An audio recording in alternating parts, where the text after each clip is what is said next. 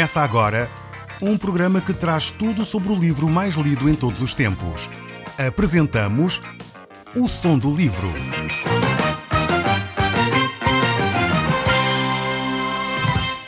Seja muito bem-vindo. Neste podcast vai encontrar o livro mais conhecido e lido em todo o mundo. Vamos levá-lo numa viagem pela história da humanidade. Este é um audiolivro para si, para a sua família e sociedade em geral. Contextualização e comentários de Paulo Chaveiro. Eu sou Paulo Chaveiro e nós hoje estamos de volta à primeira epístola do apóstolo João. Estamos no capítulo 2. Nós paramos no verso 18 e hoje gostaria de voltar a olhar para o verso 19 convosco.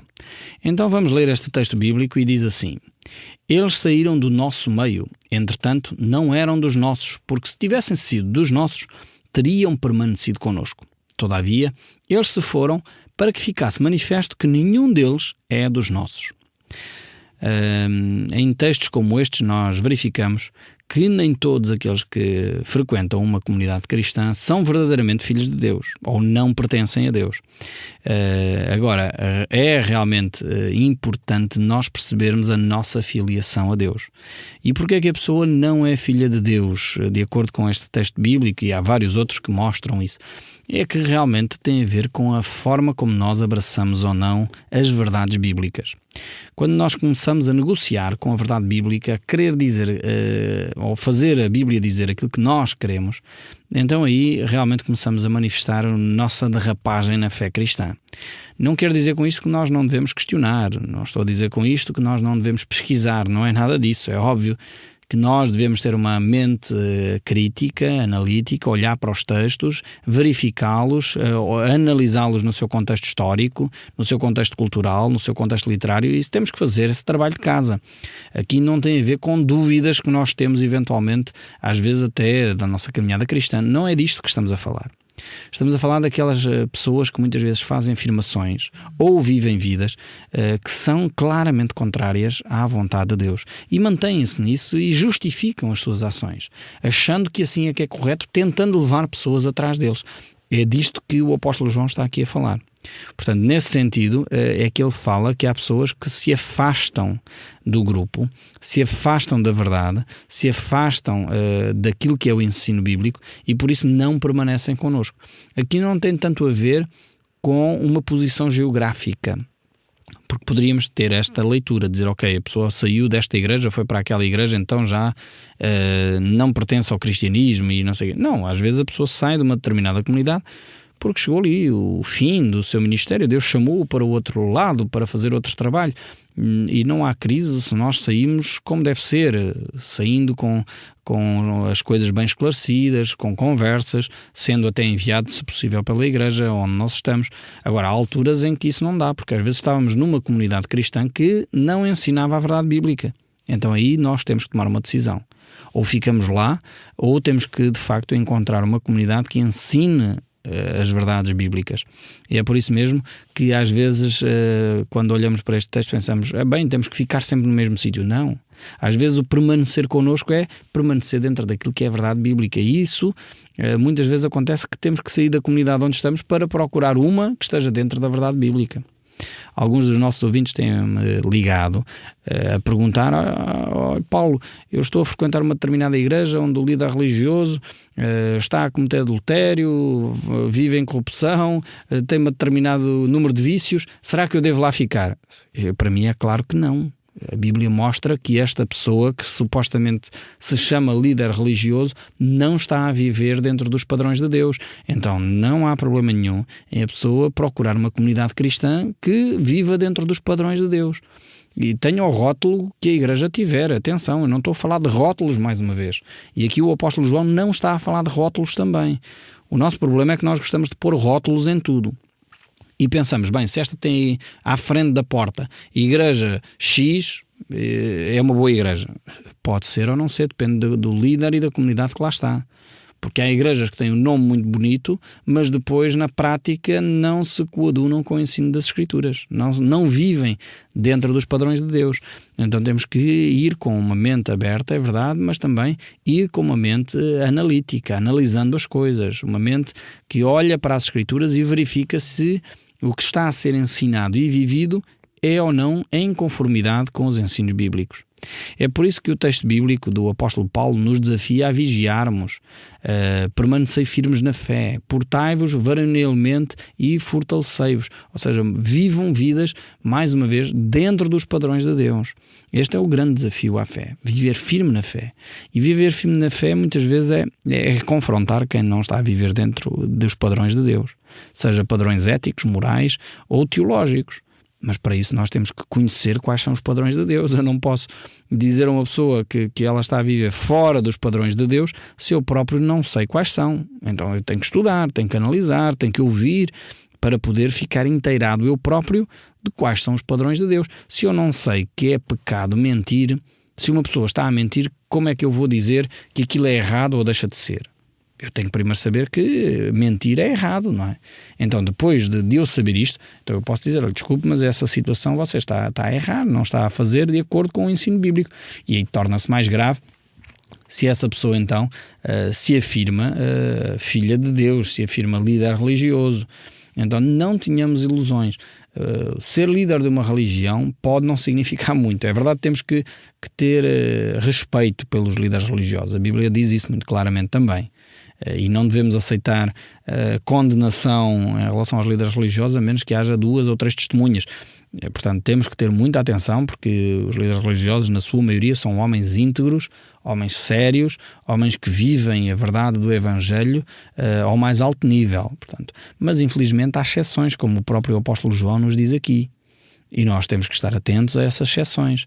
Aliás, Jesus relata-nos, o apóstolo João que nos relata aquele episódio de Jesus com Nicodemos, que eu gosto imenso de citar aqui, que era um líder religioso, mas que não tinha uma vida espiritual ainda. E Jesus diz-lhe isso com todas as letras na cara. Eu gostava de ler até esse texto para vocês perceberem que eu não estou aqui a inventar nada. É a Bíblia que diz isto. Então, no Evangelho de João, agora o Evangelho, não a carta, no capítulo 3, onde é relatado este episódio, eu vou ler a partir do verso 3, que é um relato extremamente interessante de um líder religioso que não tinha vida espiritual. Vejam bem aqui, diz assim: a isto respondeu Jesus, em verdade te digo, se alguém não nascer de novo não pode ver o reino de Deus. Perguntou-lhe Nicodemos era este líder religioso, como pode um homem nascer de novo sendo velho? Pode porventura voltar ao ventre materno e nascer segunda vez? Veja a ignorância deste líder religioso, ele não percebia o que é que Jesus estava a dizer. O verso 5 aqui do Evangelho de João, capítulo 3. Respondeu-lhe Jesus, em verdade te digo, quem não nascer da água e do Espírito não pode entrar no reino de Deus. O que é nascido da carne é carne, e o que é nascido do Espírito é Espírito. Não te admires de eu te dizer, importa-vos nascer de novo. O vento sopra onde quer, ouves a sua voz, mas não sabe de onde vem nem para onde vai. Assim é todo o que é nascido do Espírito.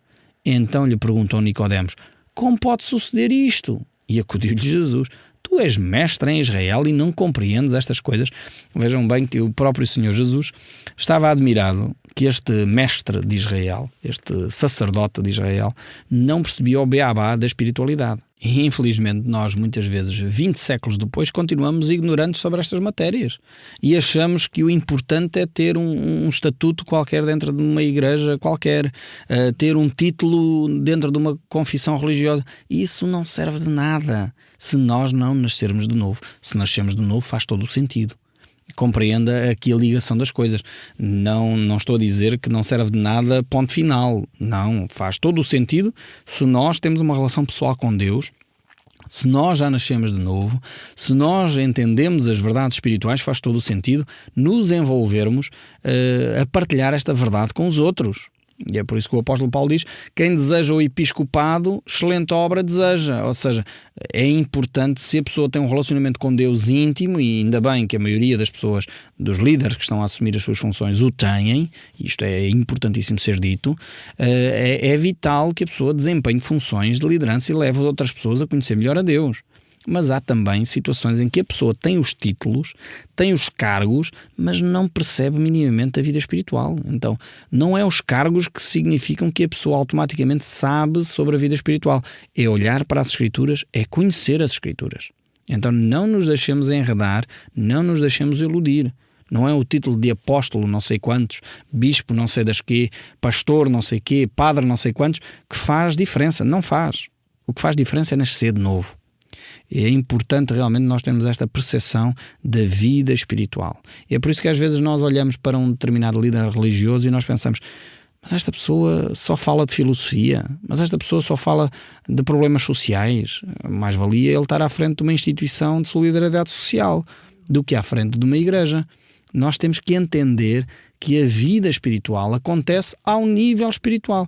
Tem impacto, repercussões no dia-a-dia, como é óbvio, na vida social, é óbvio que sim, mas tem a sua origem na vida espiritual.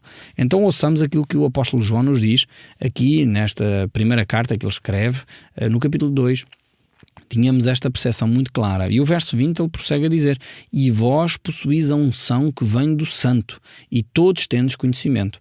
Ele agora aqui manifesta claramente a relação que há entre o cristão e o Espírito Santo. Portanto, aqui a unção do Santo refere-se ao Espírito Santo. O conhecimento que estes cristãos tinham da palavra de Deus e a intimidade que eles tinham com o Espírito Santo de Deus. E é curiosíssimo como as Escrituras apresentam a Trindade de uma forma tão simples, tão natural até, como se fosse uma coisa assim muito simples de entender, e é de facto que só quem tem o Espírito de Deus consegue perceber esta realidade. É por isso que algumas pessoas fazem grande confusão. Então, mas temos Deus Pai, temos Deus Filho, Deus Espírito Santo, então não são três deuses? Não são três deuses. A Bíblia é categórica a afirmar que existe um só Deus.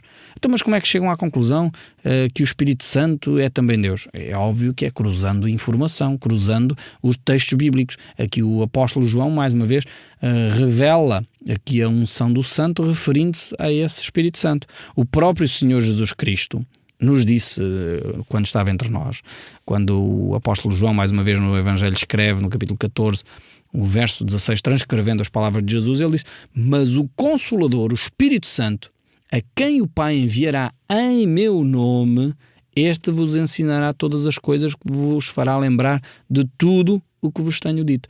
O próprio apóstolo João transcreve esta frase de Jesus, mostrando como há uma interligação entre o Pai, Filho e Espírito Santo. Veja bem aqui neste versículo tão pequenino a presença do Pai, Filho e Espírito Santo.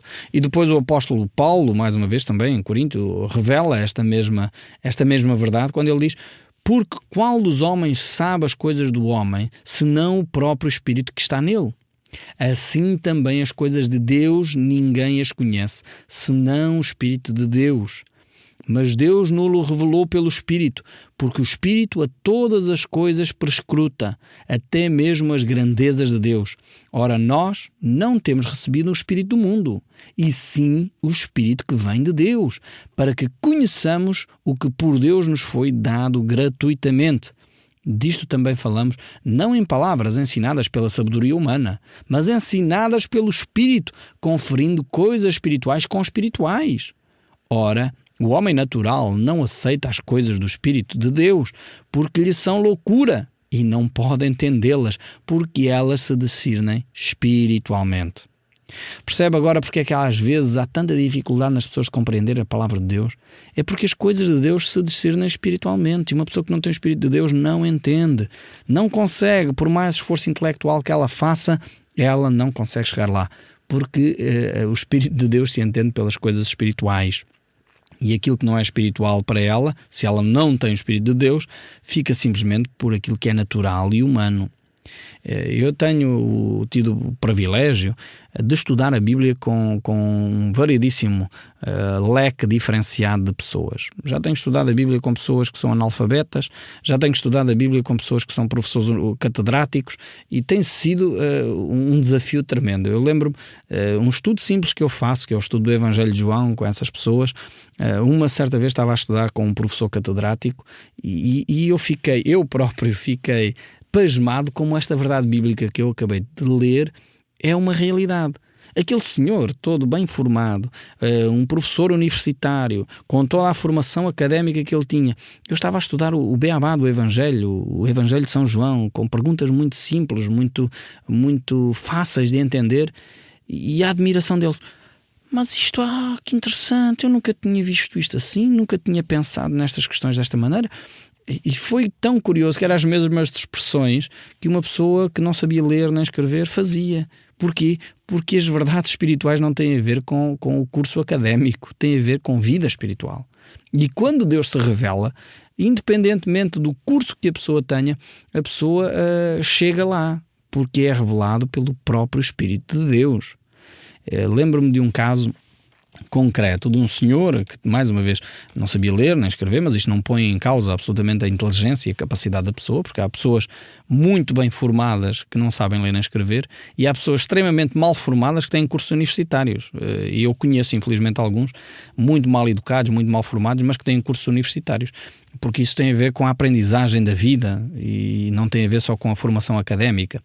Mas, no entanto, eu lembro-me de um caso concreto em que era uma pessoa que conhecia as Escrituras, não sabia ler, mas conhecia muito bem as Escrituras, memorizava os textos bíblicos, ouvia cassetes e ouvia CDs da Palavra de Deus e memorizava aqueles textos bíblicos e apresentou o Evangelho a um senhor juiz que veio, por sua vez, a encontrar a pessoa de Deus através do testemunho desse homem.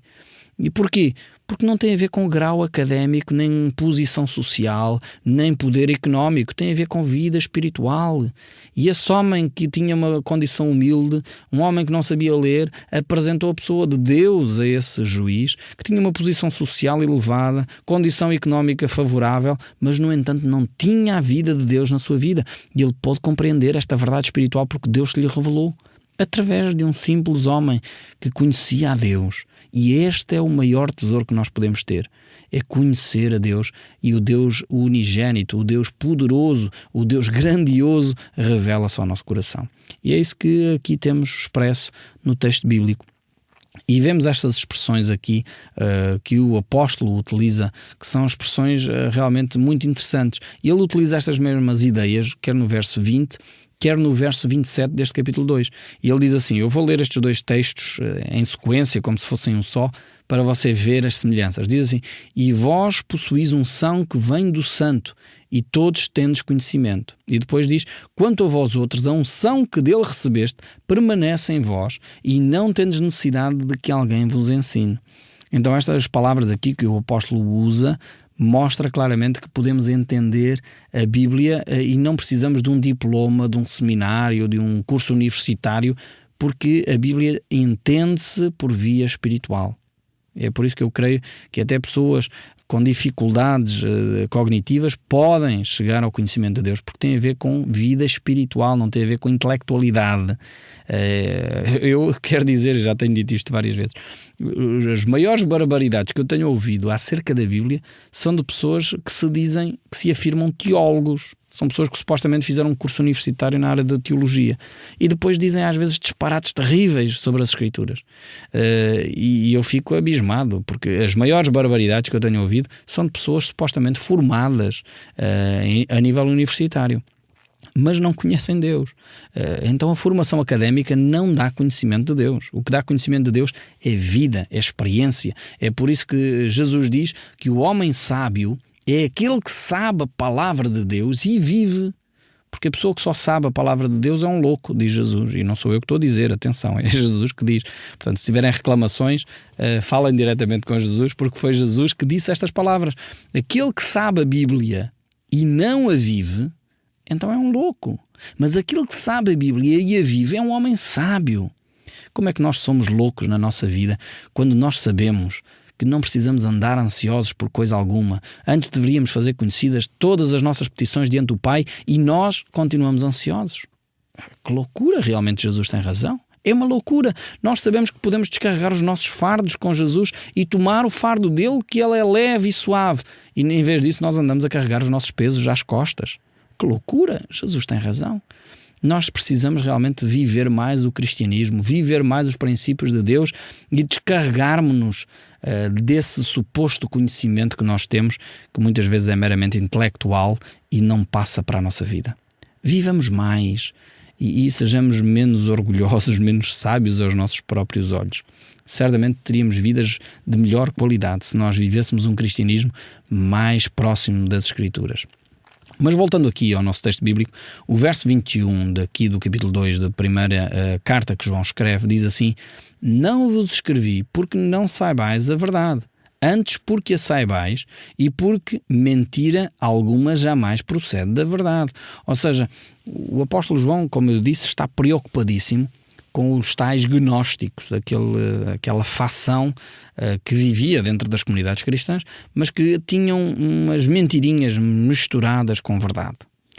É por isso que é importante nós ficarmos com a Bíblia e não nos deixarmos enredar por coisas. Mas isto não faz mal, isto não é bem assim que a Bíblia diz, mas a gente pode dar aqui um jeitinho.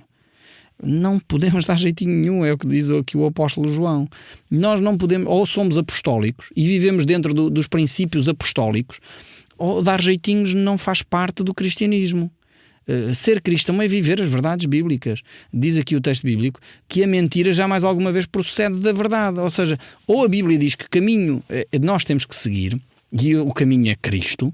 Jesus aqui é exclusivista, temos que dizê-lo com todas as letras.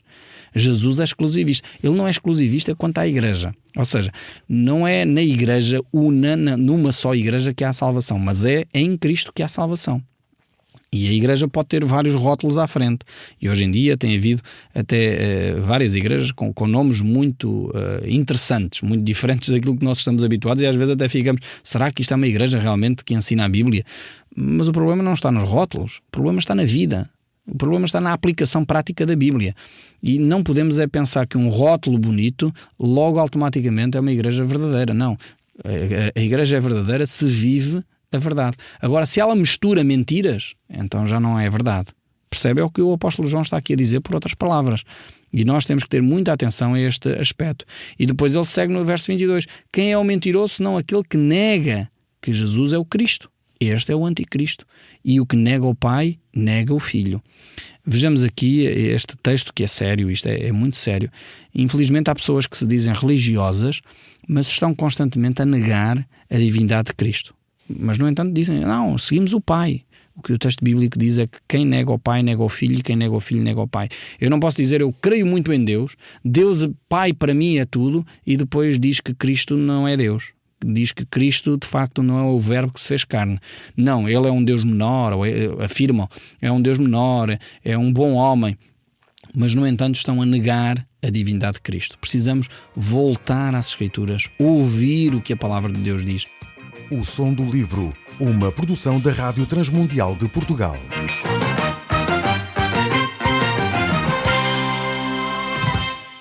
RTM. Conhece todos os nossos programas em rtmportugal.org. Uma produção da Rádio Transmundial de Portugal.